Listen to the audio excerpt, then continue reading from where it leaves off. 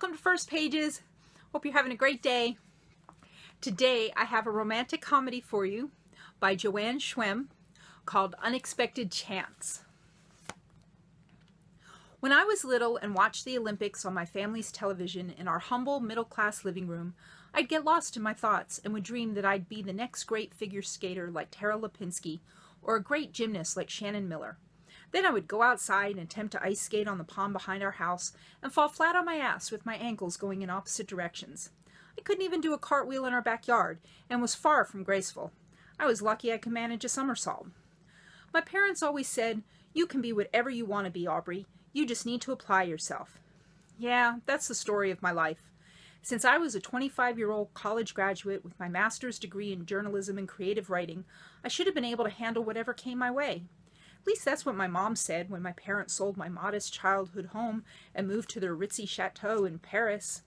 To say my mom had changed was an understatement.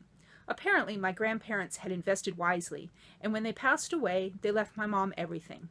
Now that my parents were well off, Mom decided she wanted to live the life of the rich and glamorous. I couldn't fault her, really. My parents worked their asses off and deserved a great life. I just didn't expect them to move to Paris. Oh well, I'll survive on my own. At my age, I knew I should be applying the education I earned by joining the workforce. I should also be partying with my girlfriends, meeting guys, and just having fun. Was I doing that? No. Instead, I sat in the small apartment that my parents rented for me in the city, and I read. Life was going on right outside my window, but my nose was stuck in a book. My life came down to romance and mystery novels. Some good, some just cheesy, some that just got me hot and bothered. Who was I kidding? It was all just fiction. That stuff couldn't possibly happen. That's how I thought of my life sometimes, full of fiction.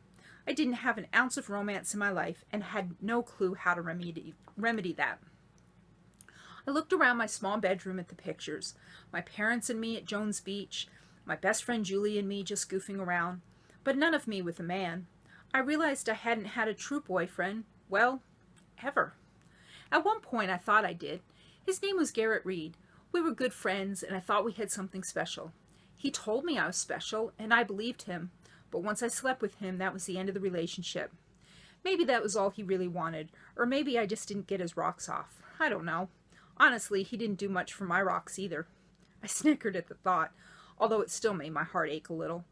I really liked him, or I wouldn't have slept with him. I wasn't that kind of girl, and he knew that. Maybe that's what hurt me the most. The feeling of being used is a horrible feeling, and that's how I felt. I had Garrett to thank for being guarded.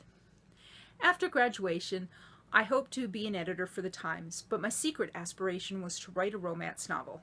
I had a problem, though. I didn't know the first thing about romance. That wasn't a slight problem. It was a huge problem. My friend Julie knew about it, though. She was confident, beautiful, and she turned heads everywhere we went. I was known as the pretty girl's friend, which was fine with me. I didn't exude the confidence that she did. I had been in school, so inundated with classes and homework and wanting to be the best in my class, that I never took the time to apply makeup or spend a lot of time on my hair. Sure, I had great clothes because Mom sent them, or the money to buy them to me, and I loved to shop, but that was about it. I was going to have to confide in Julie to get her to help me with this. I trusted her with my life. We had been best friends since the 6th grade, and I knew she could help me. I just had to find the courage to tell her without sounding like a complete head case. I looked in my bathroom mirror at the person staring back at me. Long, dark hair, empty, light blue eyes, and skin that desperately needed some makeup or a spray tan. Exhaling, I picked up the phone to call Julie. She answered on the second ring. "Hey, Chica, what's shaking?" "Hey, I need to talk to you about something. Are you busy or can you stop over?" "I'm not busy. I can come over in a few.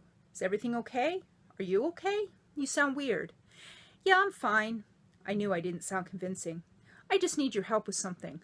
I felt like Sandy in the movie Grease calling Frenchie for a makeover. I guess in a way I was. "Say no more, I'm on my way." Julie really was the best. She showed up less than an hour later. We sat on the couch, had a soda, and I tried to muster up the courage that was needed to tell her why I needed her help. I ran my fingers on my microfiber couch, creating a figure 8 pattern, around and back again. Julie stared at the shapes I was nervously making. "So are you going to tell me what's going on, or are you trying to hypnotize me?" Julie was tall with perfectly highlighted blonde hair and big, gorgeous green eyes with sweeping lashes. She was taller than I was, probably about 5'7", and had a gorgeous figure. Her personality was even more beautiful. She had the entire package. It was no wonder men loved her. I took a deep breath and cleared my throat. Well, I've been thinking about writing a book.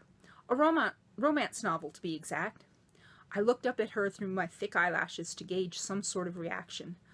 I didn't know why, but I felt embarrassed and a little shy. This was my best friend. I should have been able to say anything and knew there wasn't going to be any snarky attitude. She grinned ear to ear. I think that's an awesome idea. You majored in this stuff, right? From what you've told me, you've read hundreds of those books, so yeah, right on. Then Julie's brows furrowed and she looked confused. Why do you need me? I practically failed English, so writing a story is totally out of my realm of expertise.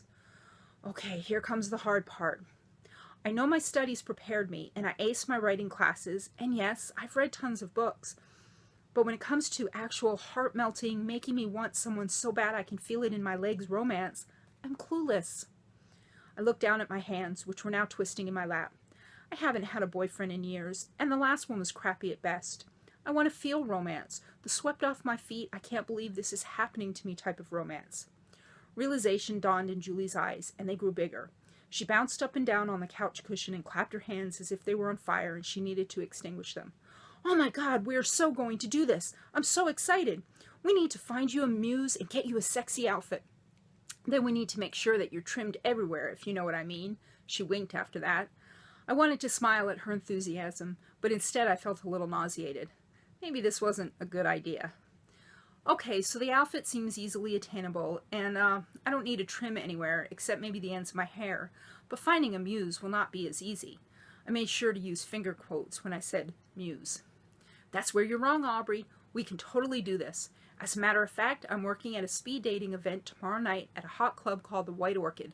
Walker Stone is in charge of its marketing and advertising. It's a sold-out event, but I can get you a ticket. I'll be there with my boss Brian to make sure everything goes as planned, so you'll have a wingman. Well, wingwoman. Julie laughed. Apparently she found humor in my despair. I suddenly felt as if we were no longer Sandy and Frenchie, but now Maverick and Goose from the movie Top Gun. What the hell is speed dating, and why doesn't that sound romantic? Top Gun flashed in my head again. I feel the need for speed. I almost laughed out loud. What was next? Going to a bar and singing You've Lost That Loving Feeling? Julie rolled her eyes. It isn't romantic. Well, I guess it could be if there was such a thing as love at first sight, but the goal is to meet a guy, right? Not necessarily fall in love. You just want someone to make your panties a little damp. Julie enjoyed this banner a little too much. She was so comfortable with guys and sex. She wasn't a slut by any means. She just knew how to have safe fun and not get heartbroken. Look, I don't need my panties damp. Knowing me, I'll have an anxiety attack and probably pee a little. That'll make them damp. We both laughed. Although I inwardly cringed, it really wasn't that far-fetched. I was known for my anxiety attacks.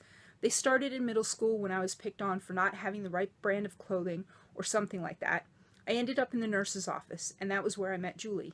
She didn't feel well that day. Well, that's what she told the nurse. She really didn't want to go to algebra.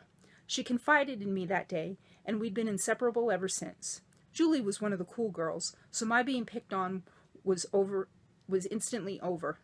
Back then, I was so thankful for Julie, as I am now. How does it work anyway? I felt my anxiety building already. Julie adjusted herself as if she were going to give me a marketing presentation. Her posture was perfect. She flipped her hair over her shoulders and flashed her perfectly white teeth. There will be tables lined up, and each of the ladies picks one and sits down. Every 6 minutes, or whenever the bell rings, a new guy will sit at the table. Both the men and women will have rating cards where they can make notes on whomever they meet. At the end of the night, Brian and I will collect the cards to see if there are any matches and take it from there. Voila! You could have your muse. Sounds like a great idea, huh? Good way to find that special someone. That was Unexpected Chance by Joanne Schwemm. If you enjoyed it and you want to read more, you want to find out if Aubrey does in fact find her muse for her new romance novel, please click on the links in the description. If you like the page or the channel, please subscribe to First Pages so you'll be notified when I post a new video. I welcome your comments, your ideas. You want to see something different on the show, let me know. And thank you for your support of authors. And as always, happy reading!